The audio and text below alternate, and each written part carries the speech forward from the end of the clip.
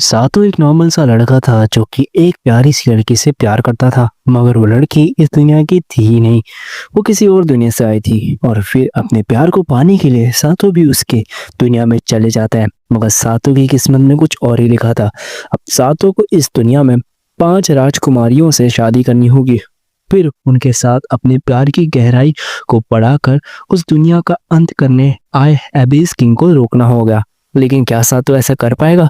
चलिए जानते हैं। कहानी की शुरुआत में हम जंगल में एक छोटे से लड़के सातो को देखते हैं। सातो को अचानक से अपने सामने एक चमकदार रोशनी दिखाई देती है और तभी अचानक उस रोशनी से 2 इंसान निकलते हैं। उन्हें देखकर लगता है कि जैसे वो किसी और दुनिया से आए हों। सातो की ही उम्र की एक लड़की अपना नाम हीमे बताती है और वो सातो से कहती है कि वो इस घटना के बारे में कभी भी किसी को भी ना बताए।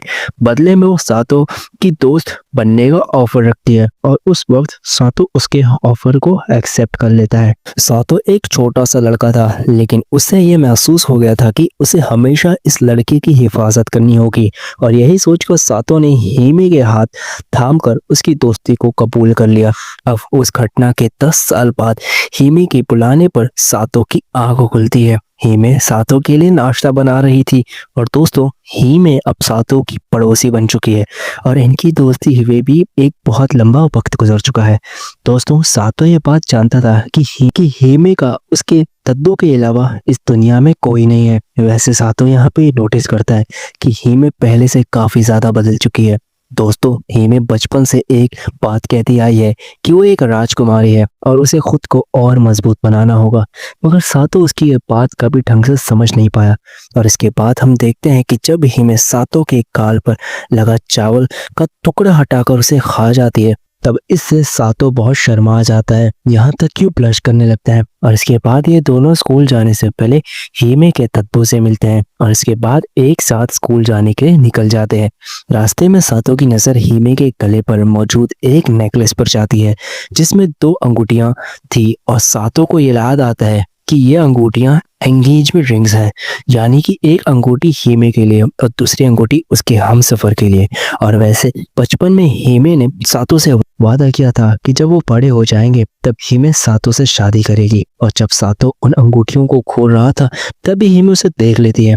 हीमे उसका मजाक उड़ाते हुए कहती है कि उसे रिंग अभी नहीं मिलने वाली है और इससे बेचारा सातो को लगता है कि शायद हीमे उनका वो बचपन का वादा भूल चुकी है। और इसके बाद स्कूल में हीमे बहुत अच्छे ग्रेड के साथ पास होती है और फिर वो अपने आप को एक राजकुमारी के रूप में प्रेजेंट करने लगती है, पर किसी को समझ नहीं आता कि वो क्या कहना चाहती है।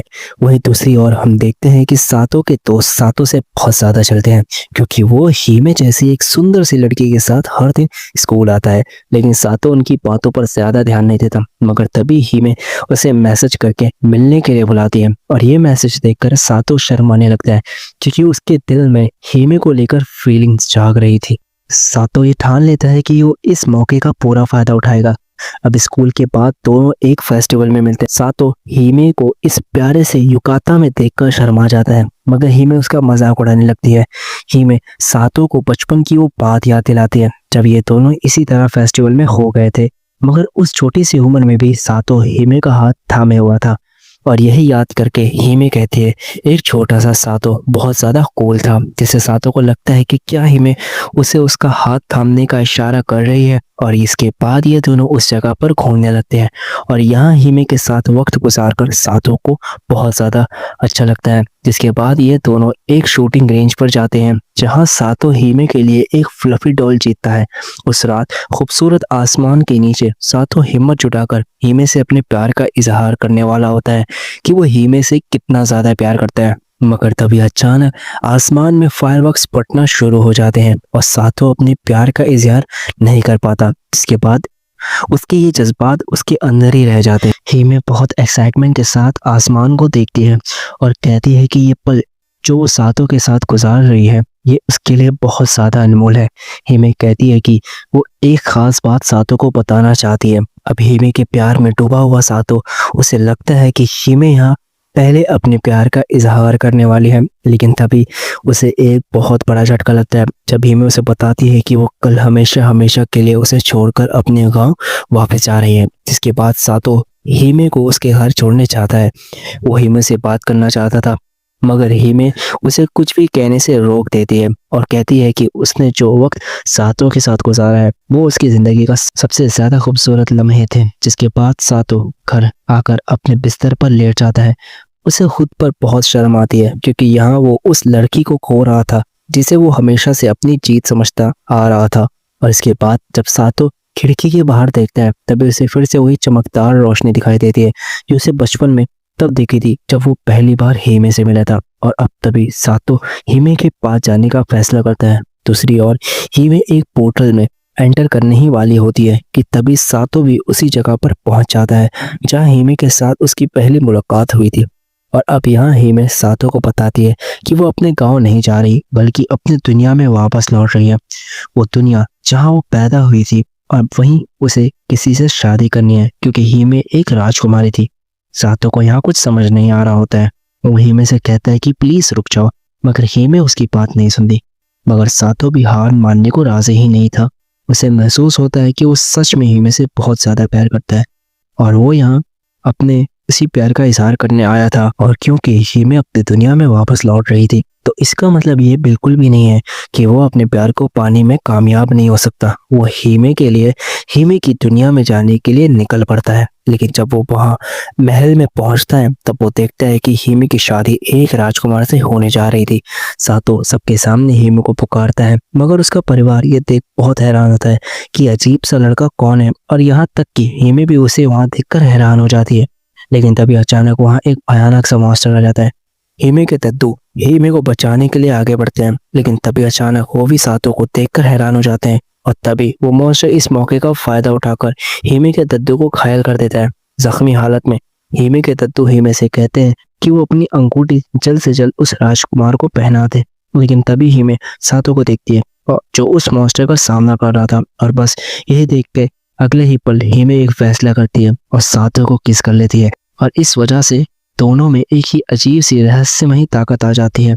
और ये राजकुमार हीमे के इस फैसले से नाराज नहीं होता, बल्कि सातो को उस मॉन्स्टर का सामना करने के लिए वो उसे अपनी तलवार दे देता है। और अगले ही पल सातो की तलवार रोशनी से चमकने लगती है, और फिर सातो उस मॉन्स्टर को अपनी एक ही वार से खत्म कर देता है। लेकिन ये पावरफुल अटैक करने की वजह से सातो वहीं बेहोश हो जाता है, और इसके कुछ देर बाद सातो की आंख राजा के शाही कमरे में खुलती है। यहाँ हीमे सातो को याद दिलाती है कि अब ये दोनों एक कपल बन चुके हैं, और ये बात सुन सातो शर्माने लग जाता है। जिसके बाद हीमे सातो को बताती है कि असल प्लान के अकॉर्डिंग हीमे को उस राजकुमार से शादी करनी थी, मगर हीमे उस राजकुमार को जानती तक नहीं थी। इसलिए उसने सातो को चुना अपना हमसफर बनने के लिए। महल की नौकरानियां रिंग किंग यानी कि सातो की बहुत तारीफ कर रही थी कि वो दूसरी दुनिया से आया था अपने प्यार के लिए, और उसने अपनी लाइटनिंग स्वॉर्ड के साथ उस डार्क मॉन्स्टर को एक ही हमले से खत्म कर दिया। और इसके बाद सातो और हीमे की शादी की चर्चे होने लगती हैं, क्योंकि पहले हीमे की शादी एम्पायर के राजकुमार के साथ होने वाली थी, ताकि एम्पायर और किंगडम ऑफ लाइट के बीच के रिश्ते और भी ज्यादा मजबूत हो पाए। लेकिन राजकुमार खुद कहता है कि इस वक्त जो कुछ भी हो रहा है उसे इस बात से कोई भी दिक्कत नहीं है। और इसके बाद सातो को एमएलएस के किंगडम में रिंग किंग के रूप में और राजकुमारी के पति के रूप में इंट्रोड्यूस किया जाता है। अब इन सबके सामने सातो अपनी नई पहचान में हो जाता है और अपने आप को एक असल हीरो समझने लगता है जो डार्कनेस के खिलाफ लड़ रहा हो। अब इसके बाद पहली बार वो हीमे के साथ नहाते हुए सातो सुनता है कि हीमे उसे माफी मांग रही है, क्योंकि हीमे के अनुसार उसने सातो को एक बहुत बड़ी मुश्किल में डाल दिया है। मगर सातो उसे समझाते हुए कहता है कि ये उसकी गलती नहीं है, क्योंकि वो तो अपनी दुनिया में वापस आ चुकी थी। हीमे कहती है कि सातो उसकी दुनिया का नहीं, मगर सातो यहाँ जोर देते हुए कहता है कि मैं तुम्हारे साथ इसी दुनिया में रहूंगा और तुम्हें उन सभी मॉन्स्टर से बचाऊंगा जो तुम्हारी जान के पीछे पड़े हुए हैं। सातो की कही ये बातें हीमे को उन सब मेमोरीज की याद दिलाती हैं जब सातो बचपन में उसको बुली करने वालों के खिलाफ खड़ा हुआ था। सातो हमेशा से हीमे की हिफाजत करता आ रहा है और इसी वजह से हीमे सातो को एक ईमानदार इंसान मानती है। सातो हीमे को शुक्रिया कहता है उसे अपने हमसफर के रूप में चुनने के लिए। साथ ही वो ये भी कहता है कि हीमे उसकी जिंदगी की सबसे ज्यादा इम्पोर्टेंट दोस्त रही है। लेकिन तभी अचानक किंगडम में एक अलर्ट जारी होता है। इसके बाद गार्ड्स बताते हैं कि और भी ज्यादा एबीस यानी कि डार्कनेस के मॉन्स्टर रिंग किंग पर हमला करने के लिए आ गए हैं। सातो ये अलर्ट की आवाज सुन बहुत घबरा जाता है, गलती से हीमे के सामने वो अपना मुखी अस्त्र दिखा देता है। अब इसके बाद सातो हीमे के साथ उस जगह पर पहुंचता है जहां गार्ड्स उन्हें सिचुएशन के बारे में बताते हैं। सभी गार्ड्स को सातो यानी किंग रिंग की ताकतों पर भरोसा था, मगर हीमे नहीं चाहती थी कि सातो की जान खतरे में है, क्योंकि सातो को लड़ना नहीं आता था। मगर तभी हीमे के दद्दू कहते हैं कि अब हमारे पास कोई और दूसरा रास्ता नहीं है, और तभी सातो एक वादा करता है कि वो हमेशा हीमे की हिफाजत करेगा। और इसके बाद सातो को एक बैटल एक्स दे दी जाती है, और यहाँ हीमे के दद्दू बताते हैं कि ये लाइट पावर की रिंग अपने मैजिक से वेपन को इतना ज्यादा शक्तिशाली बना देती है कि सातो आसानी से एबिस मॉन्स्टर के खिलाफ उनसे लड़ पाएगा। और तभी हीमे सातो को एक और बार किस करती है, और सातो मॉन्स्टर का सामना करने के लिए तैयार हो जाता है। दूसरी ओर एबिस के ये मॉन्स्टर एक मेड पर हमला करने वाले होते हैं। तभी सातो वहां पहुंचकर उन्हें मार देता है। सातो को महसूस होता है कि उसकी ताकत अब पहले से काफी ज्यादा बढ़ गई है। हीमे के दद्दू बताते हैं कि लाइट की रिंग की ताकत हर एक चुम्मे के साथ बढ़ जाती है, और इसी तरह राजकुमारी और रिंग किंग अपना फर्ज पूरा करते हैं। लेकिन इसके साथ हीमे के दद्दू ये भी बताते हैं कि ताकत ज्यादा देर तक नहीं दिखती, इसलिए अब वो भी इस बैटल में सातो की मदद करने का फैसला करते हैं। सातो बेवकूफ़ी से उनका नाम अलग जगह ग्रेट सेज एस्पैरागस रख देता है और सोचता है कि क्या सच में ये इतने ज़्यादा ताकतवर हैं। लेकिन तभी अचानक उनकी ये बातचीत रुक जाती है, क्योंकि वहाँ एबिस किंग एक नाइट आ जाता है। ये मॉन्स्टर पहले मिले हर एक दुश्मन से बहुत अलग होता है, और इसके बाद ये सीधा रिंग किंग की रिंग ऑफ लाइट को अपना निशाना बनाता है। सातो यहाँ कुछ सोचता और समझता नहीं, बल्कि सीधा उस पर हमला करने के लिए जाने लगता है। लेकिन तभी वो मॉन्स्टर से टकराकर सीधा दीवार में जाकर लगता है। हीमे के दद्दू अलाबास्टर कहते हैं कि उन्हें तुरंत यहाँ से भागना होगा, क्योंकि उनका ये दुश्मन उनसे बहुत ज्यादा ताकतवर है। ये कोई नॉर्मल मॉन्स्टर नहीं, बल्कि एबिस किंग का एक नाइट है। भागते हुए दद्दू ये भी बताते हैं कि एबिस किंग का नाइट इतना ज्यादा ताकतवर होता है कि वो एक पूरी आर्मी को अकेले तबाह करने की ताकत रखता है। और इसके बाद सातो पहली बार मैजिक शब्द सुनता है, जब अलाबास्टर एक अर्थ स्पेल का यूज करके एक मॉन्स्टर को एक चट्टान से दबा देते हैं। लेकिन तभी अचानक वो डार्क नाइट इनके सामने आ जाता है, और इसके बाद वो नाइट इन दोनों पर हमला करने ही वाला था कि तभी वहां एम्पायर का राजकुमार आकर उस नाइट के ऊपर एक चादर डाल देता है, और इसके बाद वो एक लैंप फेंक कर उसमें आग लगा देता है। और इसी मौके का फायदा उठाकर ये लोग यहाँ से बच निकलते हैं। हीमे, सातो, अलाबास्टर और राजकुमार मार्स बड़ी मुश्किल से अपनी जान बचाकर वहां से भागते हैं, क्योंकि डीमंस ने सदर्न टावर पर अपना कब्जा कर लिया है। इन सबको अलाबास्टर बताता है कि सिर्फ वही शख्स एबिस किंग के नाइट को हरा सकता है जिसके पास रिंग ऑफ लाइट की ताकत हो। लेकिन सातो को उसकी ये बात समझ नहीं आती, क्योंकि इसके पास रिंग ऑफ लाइट तो थी, मगर इसके बावजूद भी वो उस किंग हरा नहीं पाया। दत्तो बताते हैं कि सातो की जो करंट पावर है बहुत ज्यादा कमजोर है, और उसे अपनी ताकत बढ़ाने के लिए और 4 रिंग्स हासिल करनी होंगे। और इसका मतलब ये भी है कि सातो को और 4 राजकुमारियों से शादी करनी पड़ेगी, और यही एकमात्र तरीका है जिससे वो अपनी ताकत बढ़ा पाएगा। दत्तू इस बात से बहुत ज्यादा एक्साइटेड होते हुए कहते हैं, सातो बेटा, तुम तो बहुत लकी हो जो तुम्हारी 5 बीवियां होंगे।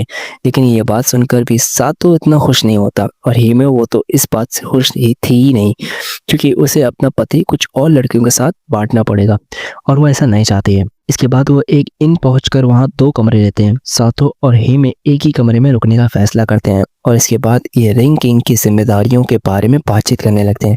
दत्तो बताते हैं कि एबिस किंग ने अपनी एविल डेमोनिक पावर से इस पूरी दुनिया को अपने सामने झुकाने का एक प्लान बनाया था, और इसके बाद उसकी सेना के खिलाफ लड़ते हुए कई देश पूरी तरह से खत्म हो चुके थे। लेकिन एक आदमी उसके सामने खड़ा हुआ, और उसने एबिस किंग की पूरी सेना को अकेले सामना किया। और फिर उसी शख्स ने 5 अंगूठियां बनाई जिनमें प्रकृति के 5 तत्वों की शक्ति थी, और फिर इन्हीं ताकतों से उस शख्स ने एबिस किंग को सील कर दिया। और अब वो 5 अंगूठियां 5 अलग अलग राज्यों में अलग अलग राजकुमारियों के पास है, और अब एबिस किंग दोबारा जाग चुका है, और वो अपनी पूरी ताकत फिर से हासिल करने के लिए बहुत करीब है। और इस बार रिंग किंग को फिर से एबिस किंग को सील करना होगा उन 5 अंगूठियों की ताकत से। अब इसके बाद अलाबास्टर की बात सुन अपने कमरे में सातो काफी घबरा रहा था। हीमे सातो से कहती है कि वो 5 राजकुमारी से शादी के मामले की बात को लेकर ज्यादा परेशान न हो, क्योंकि अगर उसकी शादी 4 और राजकुमारियों के साथ होती भी है तब वो सिर्फ नाम की शादियां रहेंगी। लेकिन इसके बाद हीमे देखती है कि सातो अपनी पिछली लड़ाई के दौरान काफी जख्मी हो चुका है। सातो के शरीर पे बहुत सारे घाव के निशान आ चुके हैं। सातो कहता है कि अरे ये सब तो छोटी सी बात है, लेकिन इन सभी जख्मों का जिम्मेदार हीमे खुद ठहराती है। और फिर वो इसी इस बात से खुद से नाराज होकर यहाँ से भाग जाती है। सातो उसके पीछे भागता है पर रास्ते में उसे प्रिंस मार्स नजर आता है। मार्स उसे बताता है कि हिमे उसके अपोजिट डायरेक्शन में भागी है। यहाँ वो सातो से पूछता है कि क्या हिमे इस बात से नाराज हो गई है कि तुम्हारी शादी कई राजकुमारियों के साथ होगी। मगर मार्स यहाँ सातो से एक और बात कहता है कि उसे अपने प्यार पर गर्व होना चाहिए। वो अपने प्यार के लिए एक अलग दुनिया से आया है और उसने अपने प्यार को पाने के लिए लड़ाई भी की है। मार्स की नज़रों में सातो एक बहुत ही बहादुर लड़का होता है। इसके बाद मार्स बताता है कि हीमे बैकयार्ड में है और इसके बाद सातो हीमे के पीछे भाग जाता है।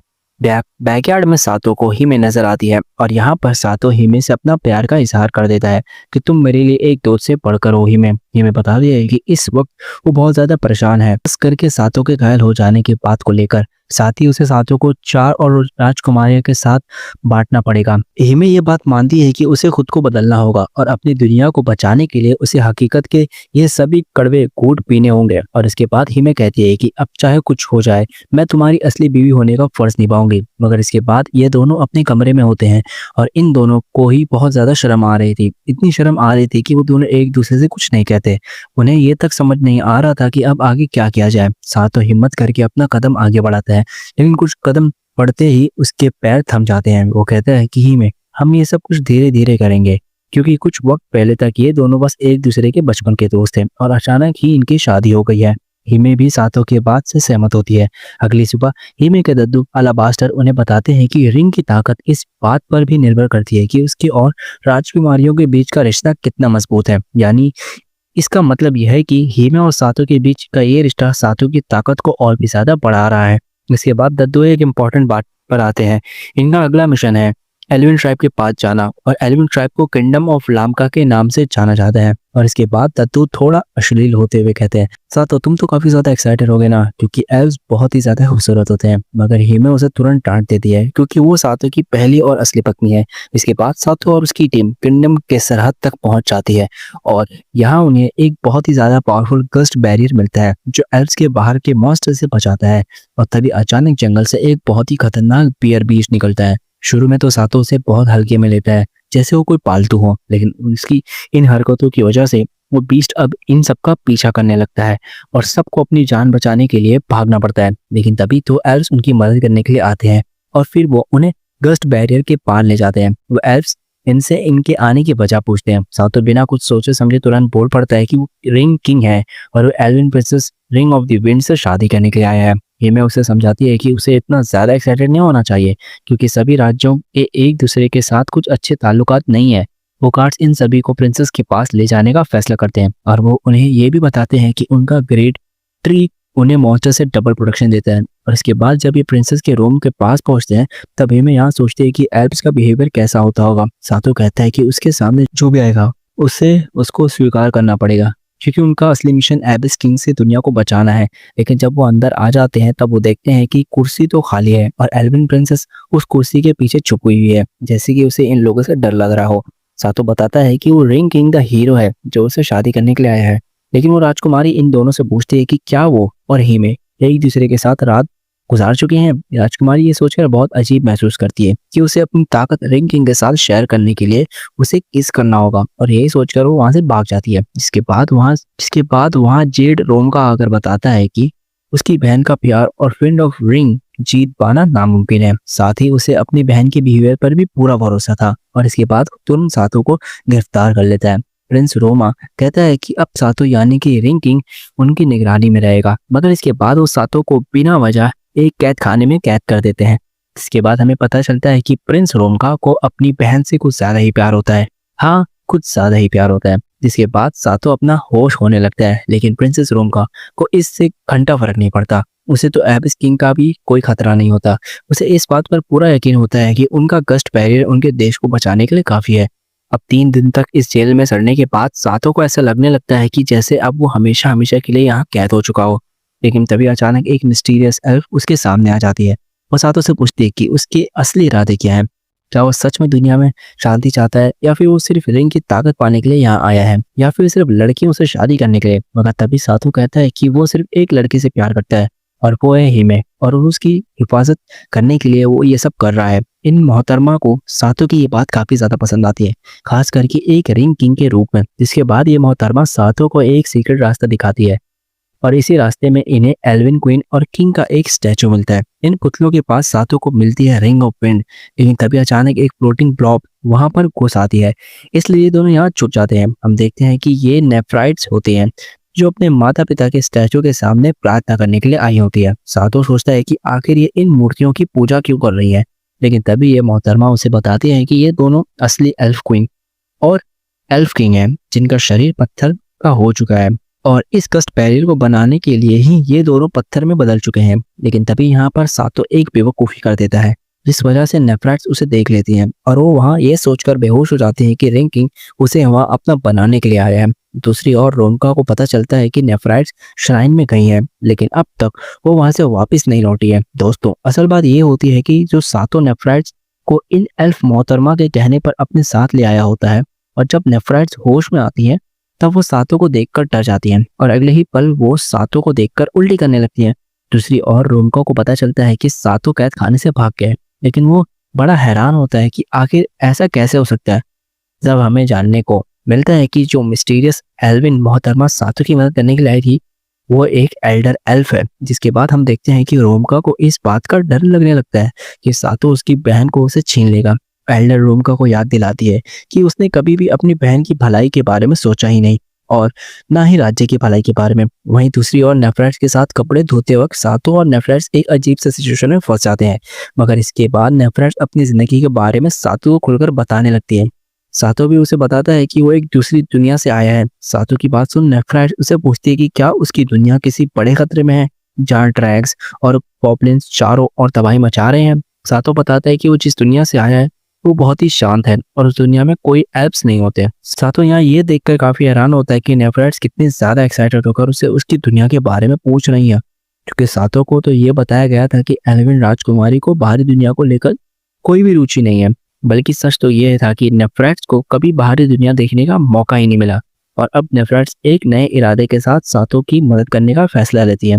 और इसके बाद सातो यहाँ एक बात साफ कर देता है कि उसका नेफ्राइट्स के साथ शादी करने का कोई इरादा नहीं है, क्योंकि वो पहले ही हिमे को अपना दिल दे चुका है। सातो को तो बस इन रिंग्स की ताकत चाहिए जिसके साथ वो बुराई का सामना कर सके, और इसलिए उसे नेफ्राइट्स की मदद चाहिए।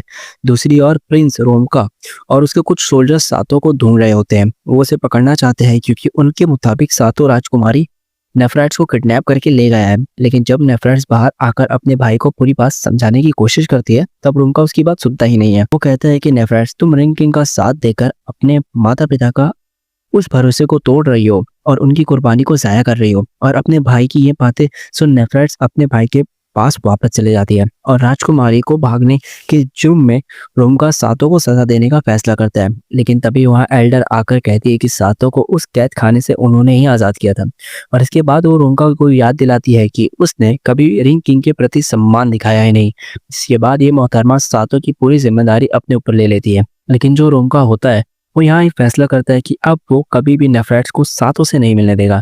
जिसके बाद सातो और हिमे फिर से मिलते हैं और बात करते हैं, जहाँ हिमे इस बात से थोड़ा जलन महसूस करती है कि सातो और नेफ्राइट्स की कितनी अच्छी जम रही थी। तभी एल्डर उनकी बातचीत में दखल देती है, और वो अपना इंट्रोडक्शन देते हुए इन्हें अपना नाम पेरिडॉट बताती है, और इसके बाद वो इस राज्य की करंट सिचुएशन के बारे में इन्हें बताती है। नेफ्राइट्स और रोमका की माँ रिंग ऑफ विंड की असली वारिस नहीं थी, बल्कि उनकी एक बड़ी बहन थे, जिसे एक इंसान से प्यार हो गया था जो एक सफर पर निकला था। और इसके बाद उनकी प्यार की अफवाहें पूरे देश में फैल गईं, और ये अफवाहें उनके प्यार को और भी गहरा कर दी गई। मगर एक दिन वो इंसान जो अपने सफर पर निकला था वो अचानक ही गायब हो गया। किसी को पता नहीं कि उसकी मौत हो गई या फिर वो कहीं जिंदा है। लेकिन उसके बाद एक श्राप इस पूरे राज्य पर छा गया।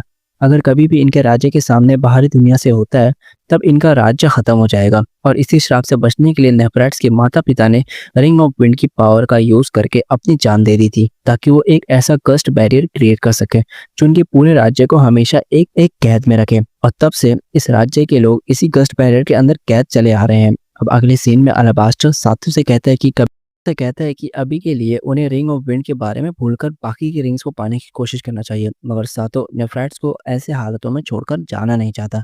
मगर वो उसे सलाह देते हैं कि उसे हर एक फैसला बहुत सोच समझ कर लेना चाहिए, क्योंकि एबिस किंग के नाइट्स उसका पीछा कर रहे हैं और वो एबिस नाइट्स बहुत ज़्यादा शक्तिशाली। इसके बाद हम सातो और उसके ग्रुप को महल से जाते हुए देखते हैं और इस बात से प्रिंस रोम का बहुत ज़्यादा खुश होता है, क्योंकि अब उसकी बहन उसे छोड़कर नहीं जाएगी। लेकिन तभी अचानक उसे ये जानने को मिलता है कि एबिस के क्रिएचर्स ने उनके राज्य पर हमला कर दिया है और उनका गस्ट बैरियर भी बड़ी आसानी से तोड़ा जा चुका है।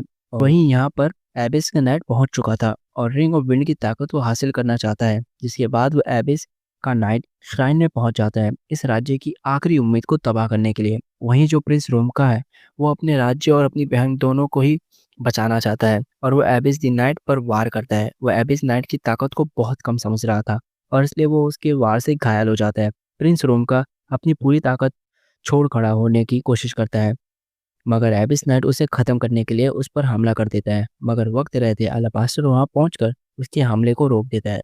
दोस्तों, सातो और उसका पूरा ग्रुप नेफ्राइट्स के राज्य को बचाने के लिए वापस लौटता है। हिमे और सातो एक दूसरे को किस करते। सातो के वेपन में लाइट की पावर आ जाती है। सातो यहाँ लड़ने के लिए तैयार हो जाता है, क्योंकि अब उसे इस नाइट का सामना करना ही होगा। प्रिंस रोमका को लगता है कि ये सब बेकार है, क्योंकि उनका दुश्मन बहुत ज्यादा शक्तिशाली है। मगर तभी हिमे प्रिंसेस रोमका से कहती है कि जादू एक ऐसा शख्स है जो इस सिचुएशन में जोखिम को समझता है, मगर फिर भी वो दूसरों को बचाने के लिए अपनी जान खतरे में डाल रहा है। मगर थोड़ी ही देर लड़ने के बाद सातो थकने लगता है, क्योंकि रूप में उसकी ताकत बहुत ही कम होती है। हिमे यहाँ समझ जाती है कि उसके साथों के ऊपर पूरी तरह से यकीन ना करने की वजह से उनकी स्टोर्ड की गई मैजिक पावर कमजोर पड़ रही है और अब सातों को बचाने के लिए वो सीधा नेफ्राइट्स के कमरे की ओर दौड़ जाती है, ताकि वो नेफ्राइट्स को समझा सके। हिमे नेफ्राइट से बात करने की कोशिश करती है, तब नेफ्राइट हिमे से बात करने से इनकार कर देती है, क्योंकि वो अपने माता पिता की कुर्बानी को ज़ाया नहीं देना चाहती। लेकिन अब हिमे उसे अपना पास्ट बताती है कि कैसे उसने भी अपने माता पिता को खोया है। वो नेफ्रेट्स को बताने की कोशिश करती है कि सातो इस वक्त एबिस के क्रिएचर का सामना कर रहा है और सिर्फ एल्विन किंगडम और नेफ्रेट्स के लिए। नेफ्रेट्स को इस बात से एहसास होता है कि सातो को मदद की ज़रूरत है और आखिरकार वो अपने कमरे का दरवाज़ा खोल देती है। दोनों ही राजकुमारियाँ जो अपने दुख भरे अतीत से जुड़ी हुई हैं, वो दोनों एक हो जाती हैं और इसके बाद वो एक शक्तिशाली हैमर उठा के नेफ्रेट्स के माता पिता की मूर्तियों को तोड़ देती है और ये देखकर रोम का अपना होश खो बैठता है। जिसके बाद नेफ्रेट्स रिंग ऑफ विंड सातो को पहना देती है और उसे किस करती है। रिंग ऑफ विंड पहनने के बाद सातो की ताकत बहुत ज़्यादा बढ़ जाती है। सातो की ताकत इतनी ज़्यादा बढ़ जाती है कि अब इस नाइट किंग की ताकत सातो के ऑरा की वजह से कमज़ोर पड़ने लगती है। मगर मूर्तियां टूट जाने की वजह से गस्ट बैरियर खत्म हो चुका था, जिसके बाद सातो आगे बढ़ता है। अपने विंड पावर का यूज़ करके वो एबिस नाइट के हमलों को रोकता है और फिर उसके चेहरे पर एक वार करके वो उसके मार्क्स को तोड़ देते हैं, जिससे यहाँ एबिस नाइट हार जाता है। मगर सातो भी कमज़ोर पड़ के बेहोश हो जाता है और इसके बाद जब सातो होश में आता है, तब हीमे और नेफरेट उसका वेलकम करने के लिए वहीं पर होती हैं।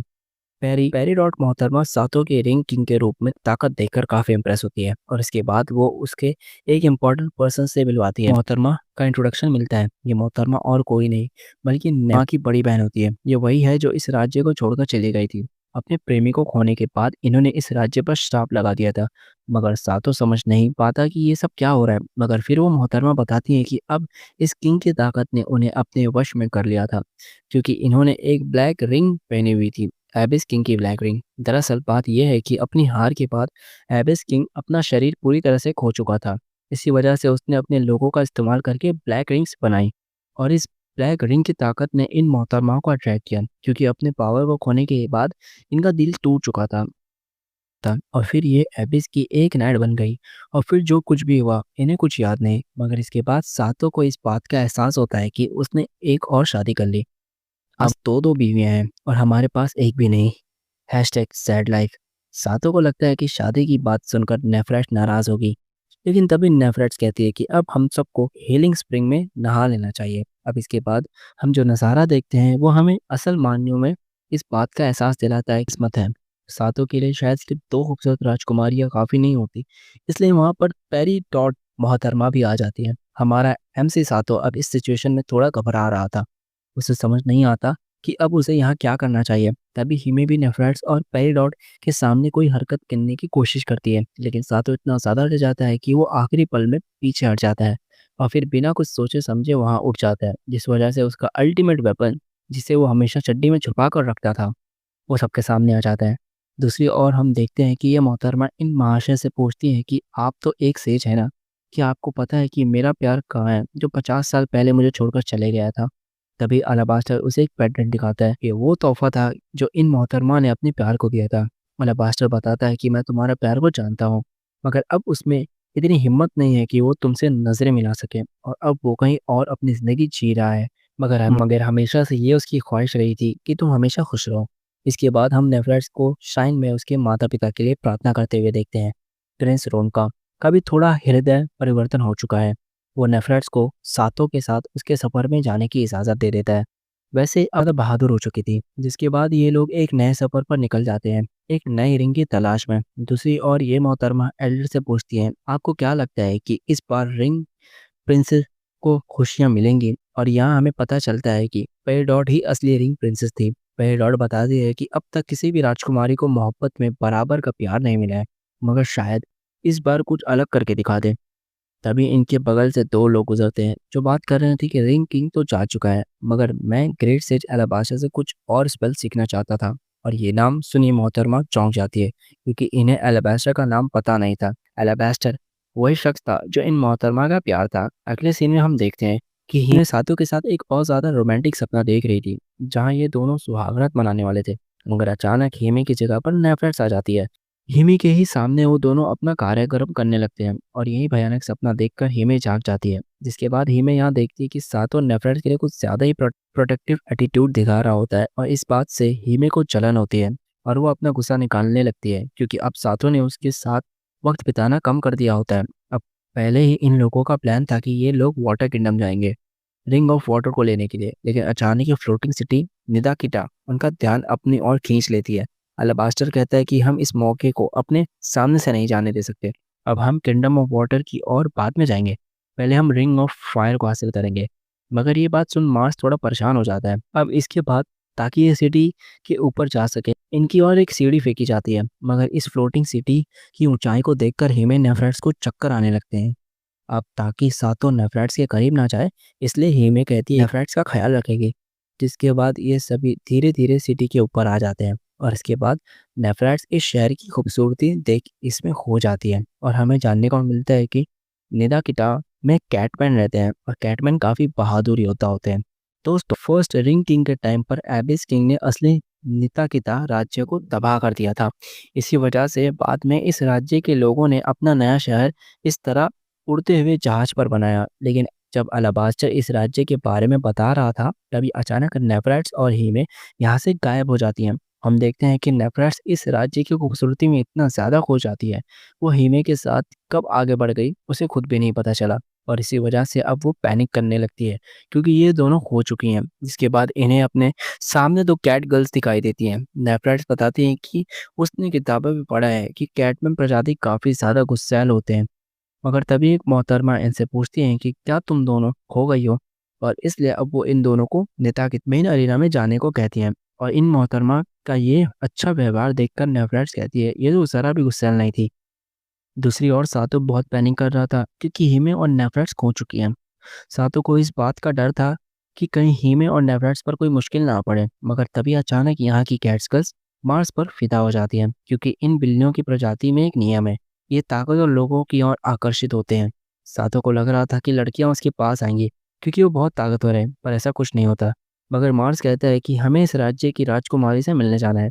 दूसरी ओर दोनों अरीना के पास पहुंचकर बाकी सबका इंतजार करने लगती हैं, स्वादिष्ट खाना खाते हुए।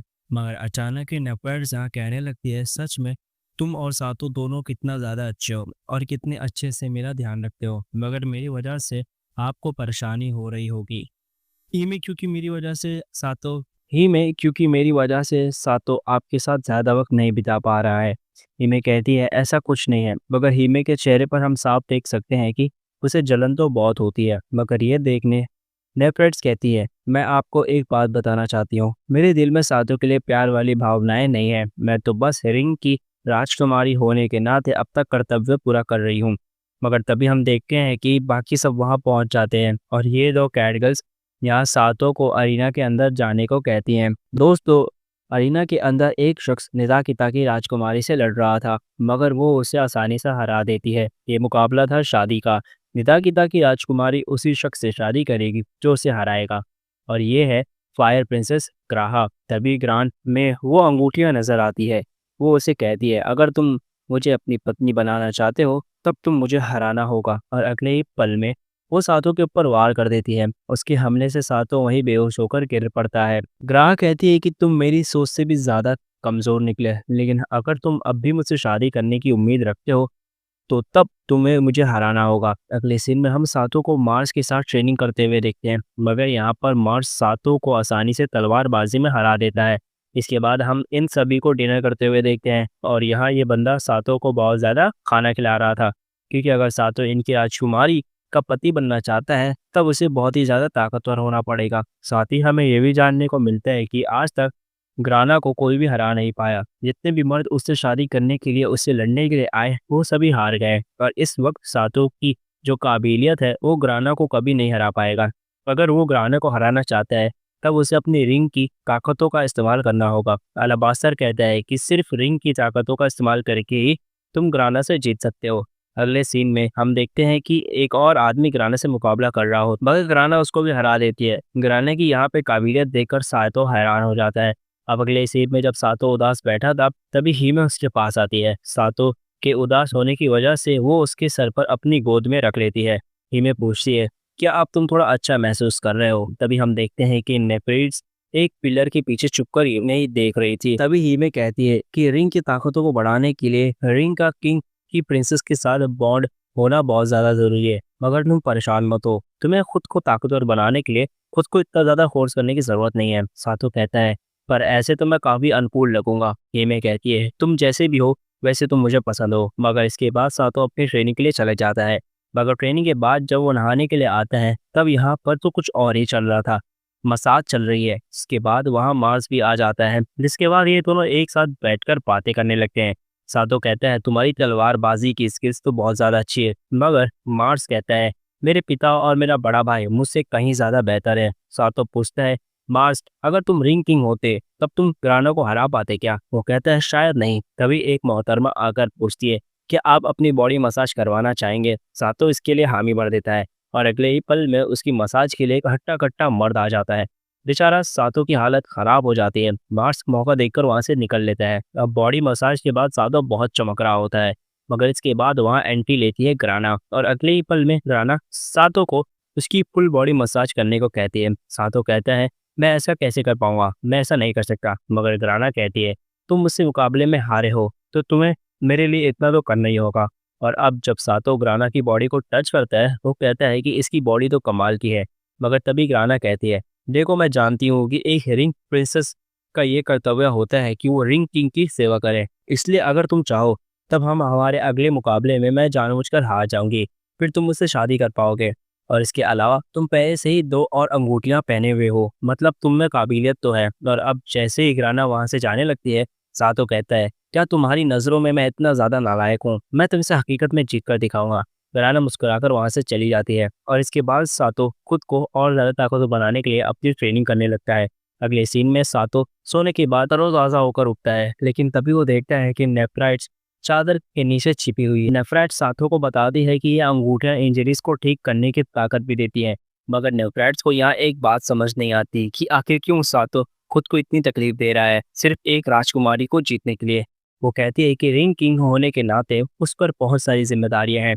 मगर साथो ये समझ नहीं पा रहा था कि उसे ग्राना को हराने के लिए रिंग की ताकतों का इस्तेमाल करना चाहिए या नहीं, और इसी सोच में वो वहां से चले जाता है। अब इसके बाद सातो प्रिंस मार्स के साथ ट्रेनिंग करता है और अपनी फाइटिंग स्किल्स को इम्प्रूव करने की कोशिश करता है। मगर इतना सब करने के बावजूद भी सातो की ताकत प्रिंसेस ऑफ फायर ग्राना के करीब भी नहीं पहुंचती। और फिर इसके बाद वो दिन आ जाता है जब सातो का सामना ग्राना से था। पूरा अरीना लोगों से भरा हुआ था। सभी लोग इस मुकाबले को देखने के लिए बहुत ज्यादा उत्साहित थे, मगर यहाँ हीमे खुश नहीं होती, क्योंकि सातो का असली काम तो राजकुमारियों की अंगूठियों को इकट्ठा करना होता है। दूसरी ओर हम एक नाइट को देखते हैं जो ग्राना से हारने की वजह से परेशान था, मगर तभी उसकी नज़र एक अंगूठी पर जाती है, और ये एबिस किंग की एवल रिंग होती है। उस रिंग की एविल पावर्स उस नाइट को अपनी ओर खींचते हैं और इसके बाद जैसे ही वो उस अंगूठी को पहनता है वो अंगूठी उस पर कब्जा कर लेती है। इस तरफ ग्राना और सातो के बीच मुकाबला बस शुरू होने ही वाला था, तभी वहीं नाइट अरीना में आकर वहाँ हंगामा मचाने लगता है और इसके बाद उस सातो पर वार करने की कोशिश करता है, पर ग्राना उसे बचा लेती है और फिर वो उस नाइट पर अटैक करती है, जिससे उस नाइट का मुकुट खुल जाता है। जिसके बाद सभी लोग देखते हैं कि वो नाइट यहाँ पोजेस्ड हो चुका है और इसके बाद वो नाइट अपनी पावर का यूज़ करके एबिस के कुछ मॉन्स्टर को समन कर लेता है, मगर तभी एक कैट करके एक मॉन्स्टर की गर्दन काट देती है। यहाँ पर ये जो बिल्ली प्रजाति के लोग हैं, ये बचपन से ही ट्रेनिंग करते आए हैं ताकि वक्त आने पर ये अपने दुश्मन को आसानी से सामना कर सके।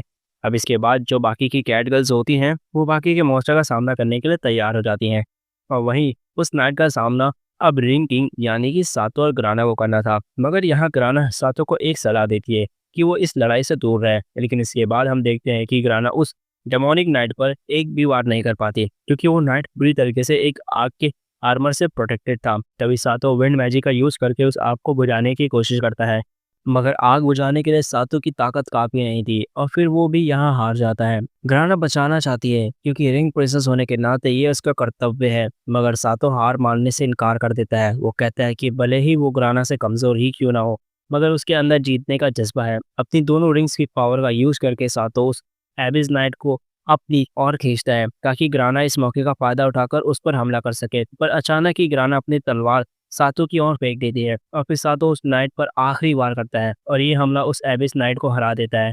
फिर वो नाइट उस एविल रिंग के कब्जे से आज़ाद हो जाता है। सातो की ये काबिलियत देखकर ग्राना हैरान हो जाती है, मगर सातो कहता है कि वो ग्राना से लड़ेगा और उसे भी हराएगा, तब जाकर वो उसे शादी करेगा।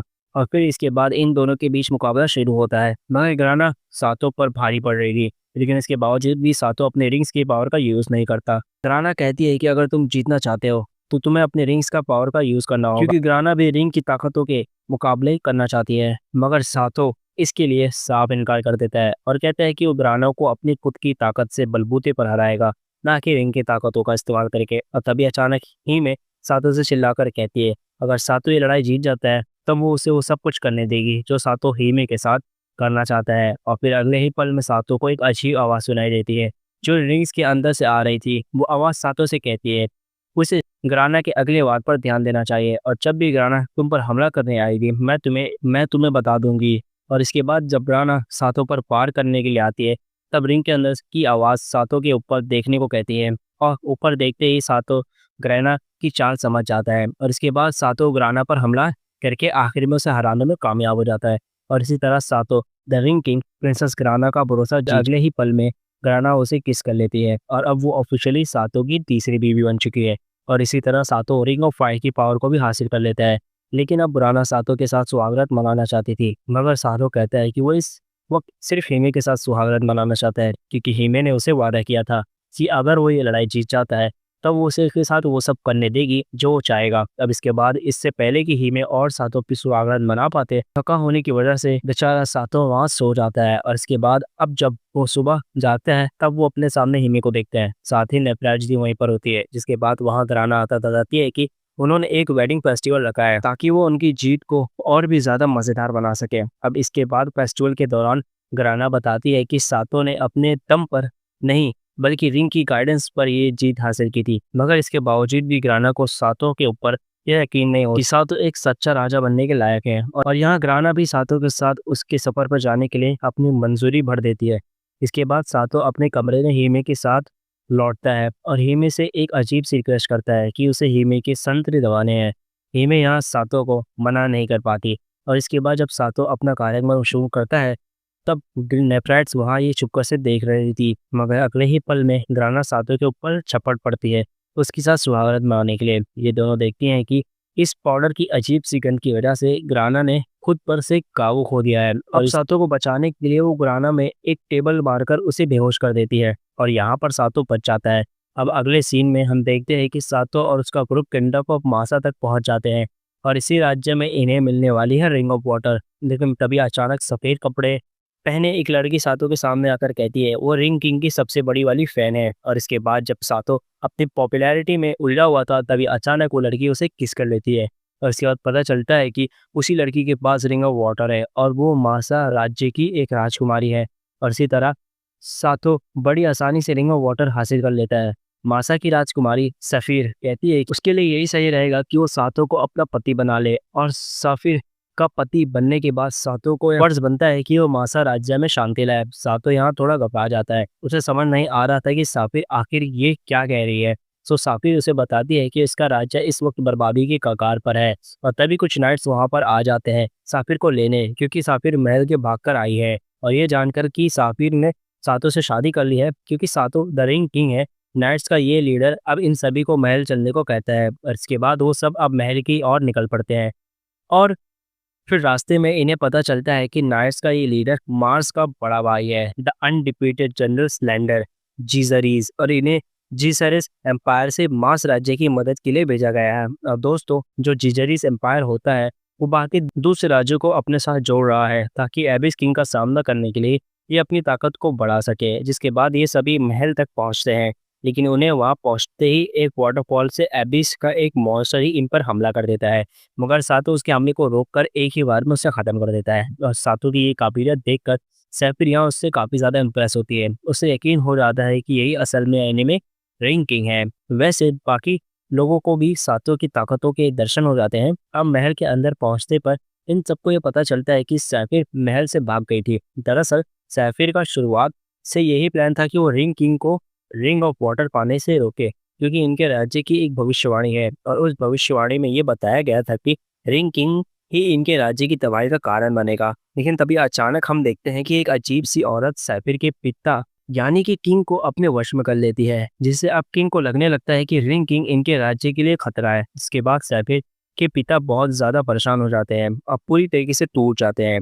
उन्हें इस बात का डर लगा रहता था कि मासा का राज्य अब हमेशा हमेशा के लिए मॉन्स्टर के खौफ में घुट घुट कर जीता रहेगा। और इसके बाद वो अजीब सी औरत महाराज को अपने वश में लेकर उन्हें वहां से ले जाती है। लेकिन साफिर को यहाँ ये लगता है कि उसके पिता इस अजीब सी औरत पर कुछ और ज्यादा ही निर्भर हो गए हैं, और इस औरत के आने के बाद से वो बहुत ही ज्यादा अजीब बिहेव करने लगे हैं। अगले सीन में हम सैफिर की छोटी जुड़वा बहन सफीरा से मिलते हैं। सफीरा यहाँ सैफिर से नाराज होती है, क्योंकि सैफिर ने रिंग ऑफ वाटर लेकर रिंग किंग से शादी कर ली, मगर असल में सफीरा की शादी रिंग किंग से होने वाली थी। मगर इसके बाद सफीरा को ये समझ आता है कि सैफिर ने ये सब इसलिए किया ताकि वो अपनी छोटी बहन को एक दर्दनाक भविष्य से बचा सके। सफीरा सातो को देखकर कहती है, ये तो एक मामूली सा इंसान लगता है। सातो की तीनों पत्नियां अपने अपने ढंग से सातो की तारीफ करने की कोशिश करती हैं, मगर उन्हें भी सातो के अंदर ऐसा कुछ नजर नहीं आता जिसके लिए वो सातो की तारीफ करें।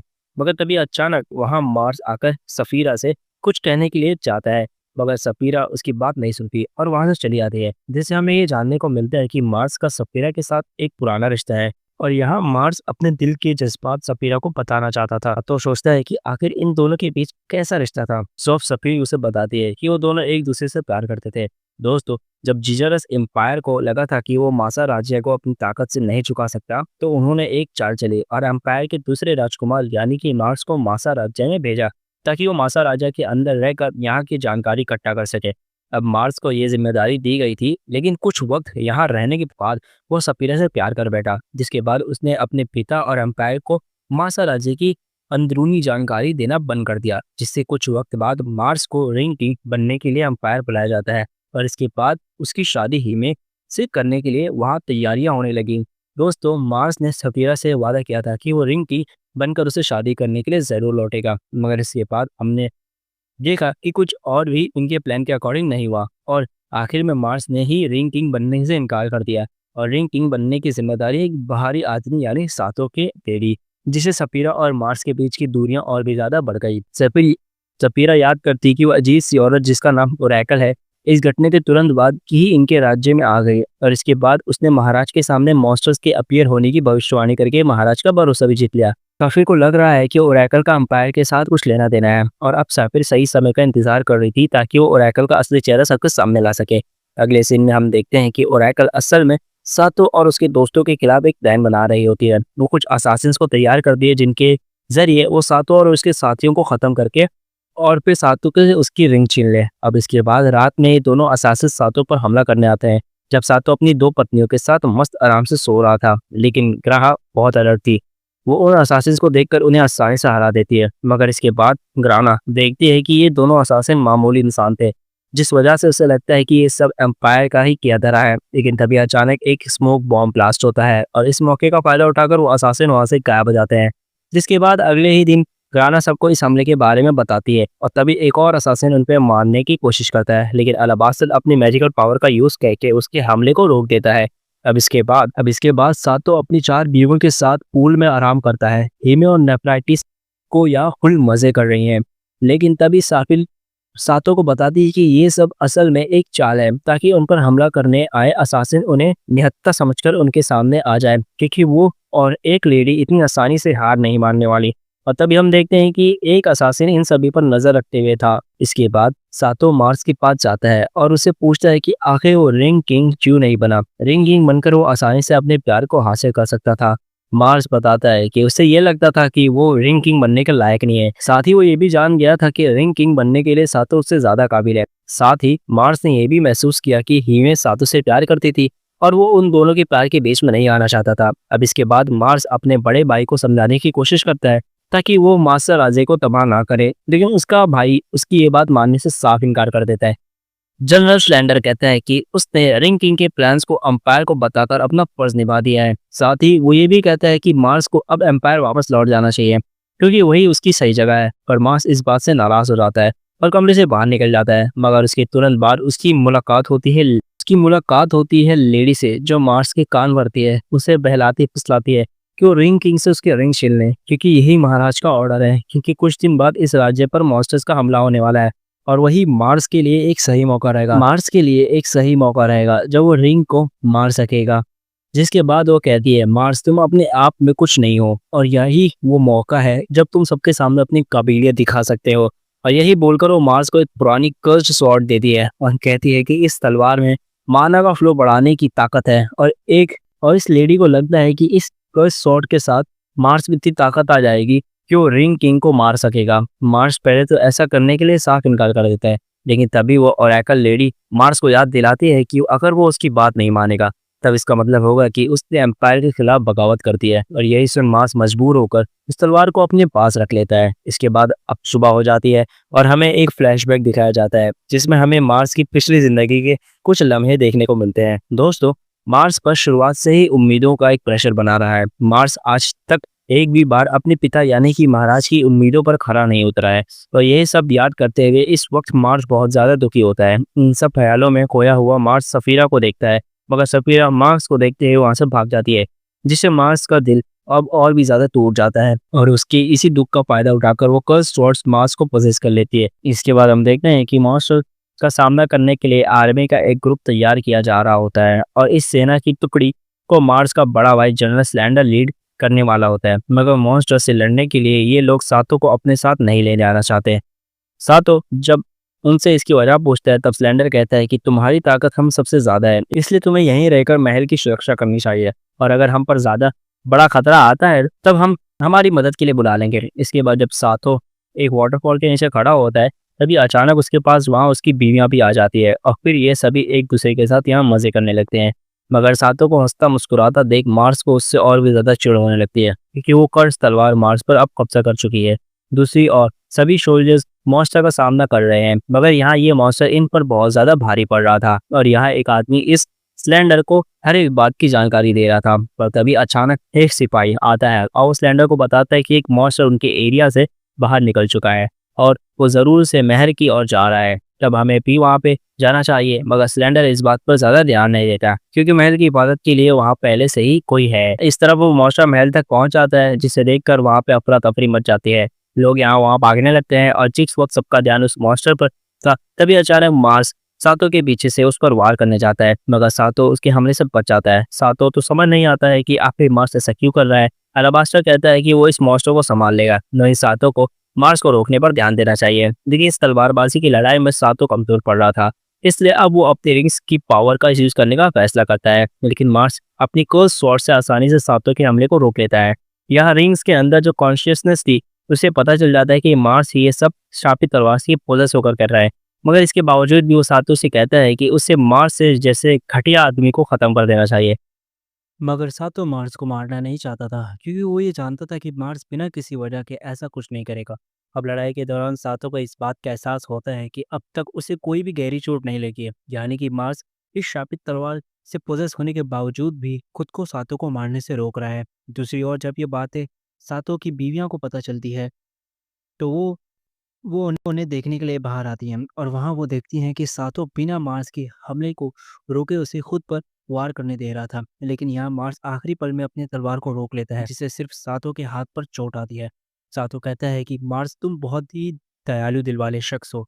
ये बात सुनते ही मार्स का दिल टूट जाता है। वो अपने घुटनों पर गिर पड़ता है और वह सातो से कहता है कि प्लीज़ अब मुझे मार दो, क्योंकि मैंने तुम सबको धोखा दिया है। मगर तभी रिंग में से आवाज़ आती है जो सातो से कहती है कि वो इस शापित तलवार पर लगे स्टोन को तोड़ दे। सातो तुरंत ऐसा ही करता है और उसके बाद ऐसा करते ही मार्स उस शापित तलवार के कब्जे से आज़ाद हो जाता है।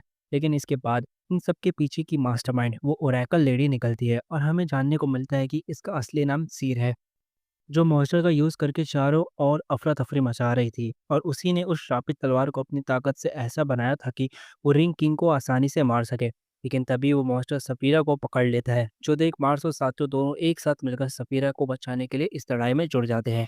अब यहाँ पे मार्स पहले सिर को उलझा कर रखता है और बाद में सातो उस मॉन्स्टर के टेंटिकल्स को काटकर सफीरा को बचा लेता है।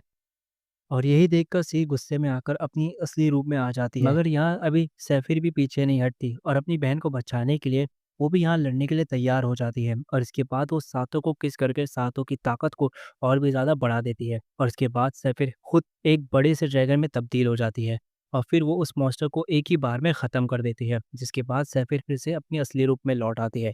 जिसके बाद सीर को ऐसा लगता है कि अब वो यहाँ हार चुकी है, इसलिए फिर वो अपने डार्क मैजिक का यूज़ करके वहाँ से भाग जाती है। इसके बाद जब इनका मिशन कंप्लीट हो जाता है तो मासा किंगडम का किंग इन सबको बधाई देता है और अपनी बेटी को रिंग किंग को देने का फैसला करता है और हम यहाँ देखते हैं कि किंग की हालत और उसके लुक्स बिल्कुल बदल चुके हैं, क्योंकि पहले वो उस ओरेकल लेडी सीर के कंट्रोल में था।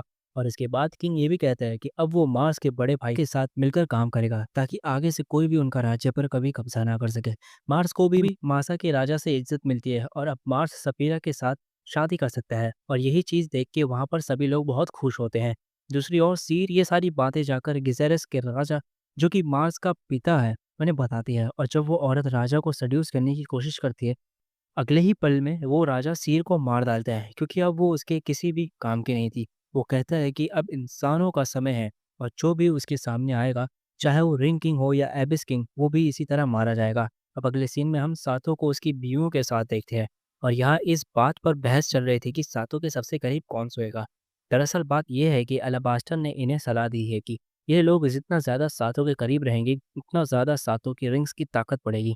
और इसी वजह से इन चारों के बीच बहस चल रही थी, मगर यहाँ सातों साफ कह देता है उसके दिल में सबसे ज़्यादा खास जगह हीमे के लिए है। लेफ्रेट्स और ग्राना इस बात को मान लेती है, लेकिन सफ़ीर को इस बात से घंटा फर्क नहीं पड़ता। सातों जोर देकर कहता है कि वो सबसे ज़्यादा प्यार हीमे से करता है, मगर इसके बावजूद भी ये तीनों उस पर टूट पड़ती हैं, जिस वजह से हीमे नाराज़ हो जाती है। लेकिन अगले ही पल में वो जाग जाता है। कोई सपना देख रहा था, वैसे ही वैसे इस वक्त वो अपनी सारी बीवियों के साथ सो रहा है, लेकिन सातो अभी भी हीमे के साथ वक्त बिताना चाहता था। इस वजह से सुबह होने पर सातो फैसला करता है कि वो हीमे को डेट पर ले जाएगा। ये कहकर कि इतनी सारी जिम्मेदारियों की वजह से ये दोनों काफ़ी वक्त से एक साथ वक्त नहीं बिता पाए हैं। बाकी की लड़कियां भी उनके साथ चलना चाहती हैं, मगर सातो साफ मना कर देता है कि वो सिर्फ हीमे के साथ वक्त बिताना चाहता है। मगर यहाँ हैरानी की बात यह होती है कि ग्राना उसके इस फैसले को सपोर्ट करती है और इन दोनों लवर्स को अकेला छोड़ देने को कहती है। और अब इसके बाद सातवां अलाबास्टर के पास जाता है और उसे इस दुनिया के कुछ पैसे मांगता है ताकि वो हीमे के साथ घूम सके। ये बात सुनकर अलाबास्टर सातों को पैसे दे देता है। साथ ही वो सातों से ये भी कहता है कि वो हीमे के साथ सुहागरात भी मना ले। अब इसके बाद सातों और हीमे बासा राज्य घूमने लगते हैं और वहाँ रास्ते में कई सारे लोग रिंग किंग की ताकतों की तारीफ करते हैं। दूसरी ओर सातों की बाकी तीनों बीवियां छुपकर उन दोनों पर नजर रख रही थी। वैसे इसके बाद सातो और हीमे एक साथ खाना खाते हैं और यहाँ हीमे सातो की छोटी सी छोटी हरकतों को बड़े गौर से देखती है। और इसके बाद ये दोनों वाटर पार्क जाने के लिए निकल पड़ते हैं, मगर उस जगह पर पहुंचकर उन्हें अपने सामने रोमांटिक सीन देखने को मिलता है, जो देख वो दोनों ही शर्मा जाते हैं। मगर उस जगह पर पहुंचकर उन्हें अपने सामने रोमांटिक सीन देखने को मिलता है, जो देखकर वो दोनों शर्मा जाती है। सैफिर के जरिए हमें जानने को मिलता है कि ये एक पवित्र जगह है और इस जगह पर कपल्स एक दूसरे को किस करते हैं, तब वो मरते दम तक एक दूसरे के साथ रहेंगे। मतलब इस जगह के बारे में ऐसा कहा जाता है। इस तरफ साथो थोड़ा घबरा रहा था, मगर तभी हीमे उसे प्यार भरी नज़रों से ताकती है। देखकर ऐसा लगता है कि जैसे वो सातो को किस मांग रही हो। इसके बाद ये दोनों एक दूसरे के बहुत करीब आ जाते हैं, मगर सातो अपने डरपोक बिहेवियर की वजह से आखिरी पल में पीछे हट जाता है और कहता है कि वो सबके सामने ये नहीं कर सकता। अब क्योंकि इनके बीच कुछ हुआ ही नहीं, इसलिए बाकी की लड़कियां यहाँ से जाने लगती है। मगर हिमे उन्हें दूर से नोटिस कर लेती है, जिसके बाद शाम हो जाती है और हिमे सातो को शुक्रिया कहती है उसके साथ आज का दिन गुजारने के लिए। सातो के साथ वक्त बिताकर आज वो बहुत ज़्यादा खुश है। और इसके बाद हीमे सातो को सलाह देती है कि उसे बाकी की लड़कियों पर भी बराबर का ध्यान देना चाहिए, क्योंकि उनका पति होने के नाते ये उसकी जिम्मेदारी है। हीमे इस बात को समझती है कि सारी राजकुमारियां अपना अपना राज्य छोड़कर सिर्फ सातो के लिए उसके साथ उसके सफर पर आई हैं, इसलिए वो भी बराबर की प्यार की हकदार है। मगर सातो हीमे की ये बात मानने से इनकार कर देता है और कहता है कि हीमे, तुम मेरे दिल का सिर्फ एक हिस्सा नहीं हो, बल्कि मेरे दिल में पूरी की पूरी तुम समाई हुई हो। अपनी बात को साबित करने के लिए वो अपने जज़्बातों की बात मानते हुए सातो हीमे के बहुत करीब आ जाता है और फिर वो उसे किस कर लेता है। और इसके बाद दोनों की ही जज़्बात गुलाटियाँ मारने लगते हैं और अब इन्हें देख कर लगता है कि जैसे ये दोनों लोग सुहागरात मनाने के लिए तैयार हैं। सातो को भी लगता है कि अब वो इसके लिए तैयार है। वो आज हीमे के साथ सुहागरात मनाने के लिए अपना मन तैयार कर लेता है।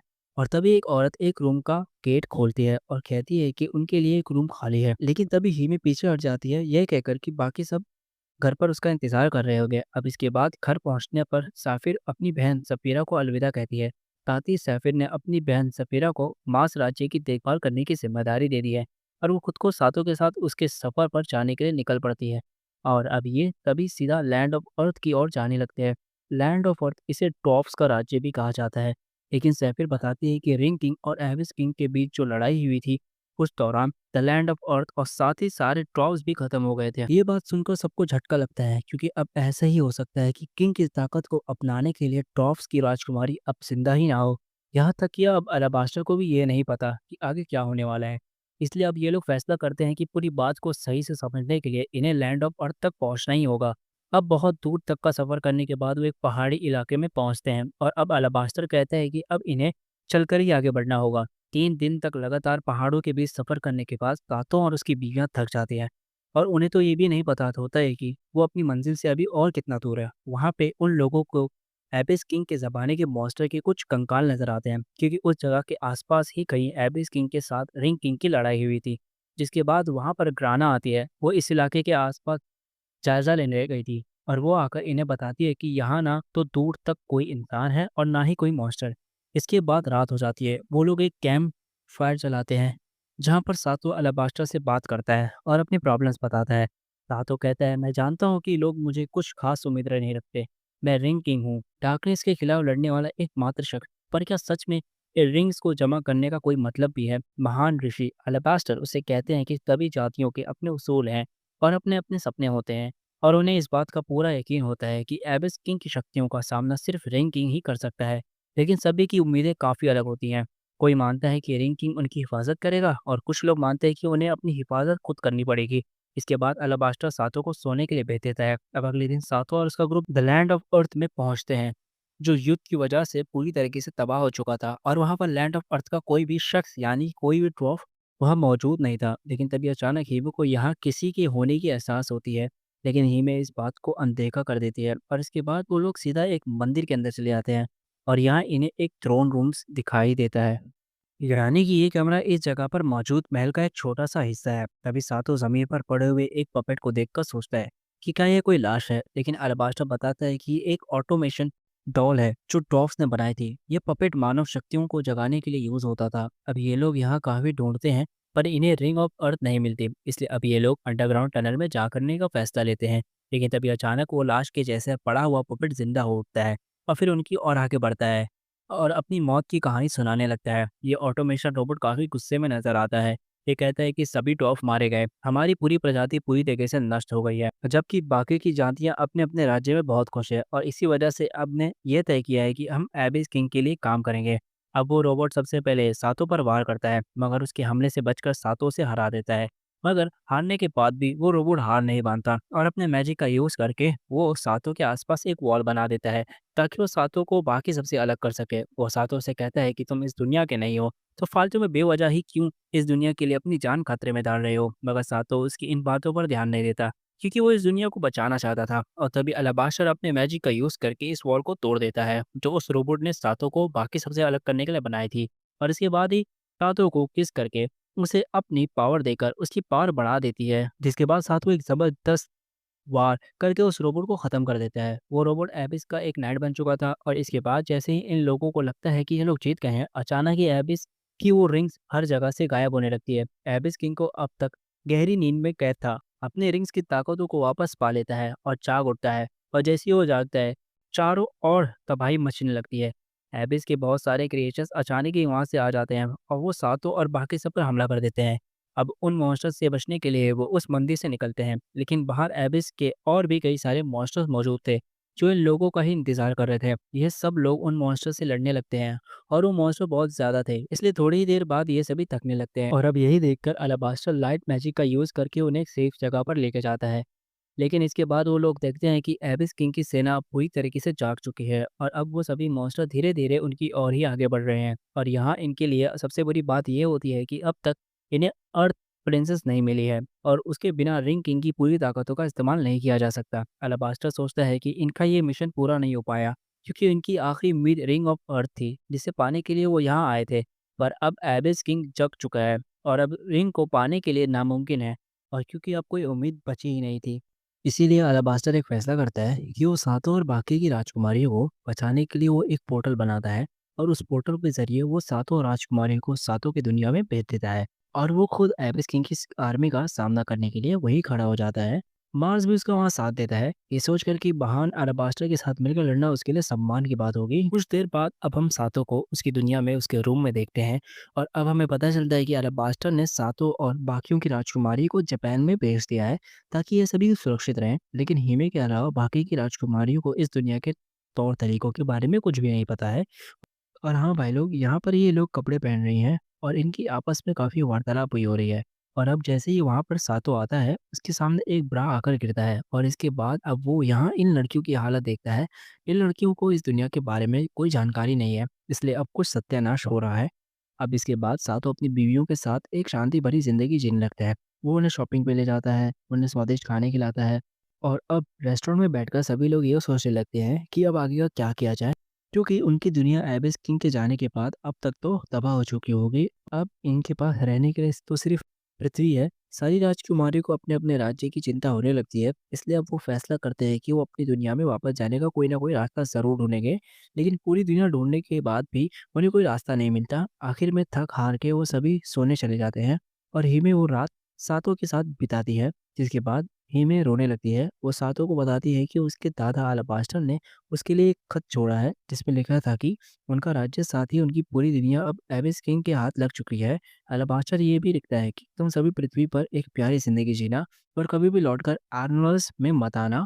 अब ये खत पढ़ने के बाद हिमे और सातों परेशान हो जाते हैं। अब उसे अपने दद्दू की चिंता होने लगती है और अगले दिन हेमे और सातो वापस से स्कूल आ जाते हैं। दूसरी ओर नेफरेट्स एक लाइब्रेरी में पृथ्वी से रिलेटेड जानकारी इकट्ठा कर रही थी।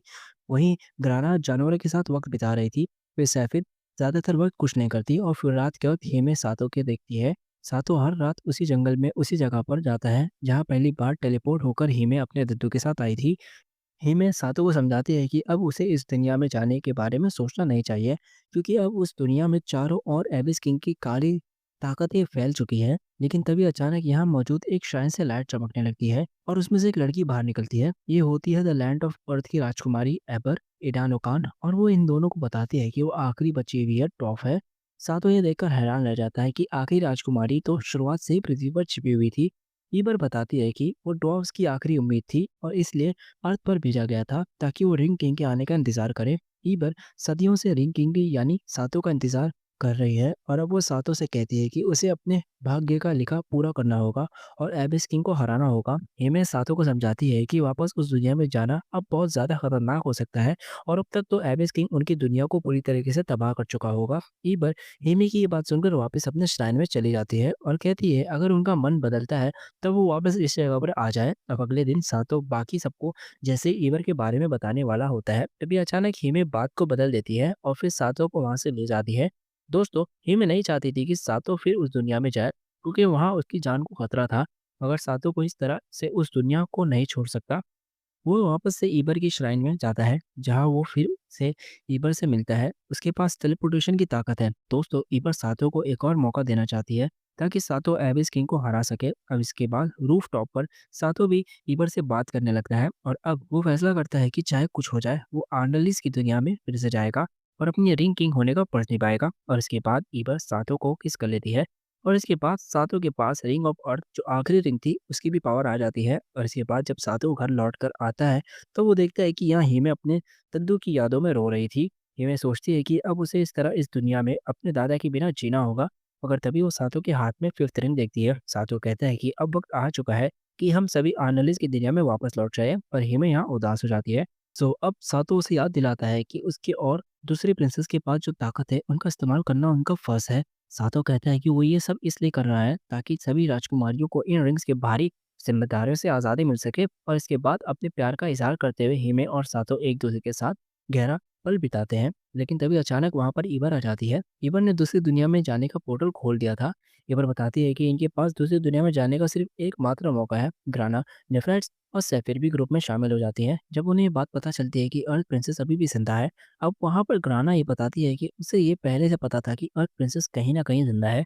वैसे यहाँ सैफिर घर जाने के लिए बहुत ज़्यादा एक्साइटेड थी। और अब इसके बाद सातो कहता है कि अब वक्त आ गया है कि वो उस दुनिया में वापस जाकर एबिस किंग की आतंक का सामना करें। इसके बाद वो सभी पोर्टल के जरिए वापस इदानुकान पे पहुंच जाते हैं।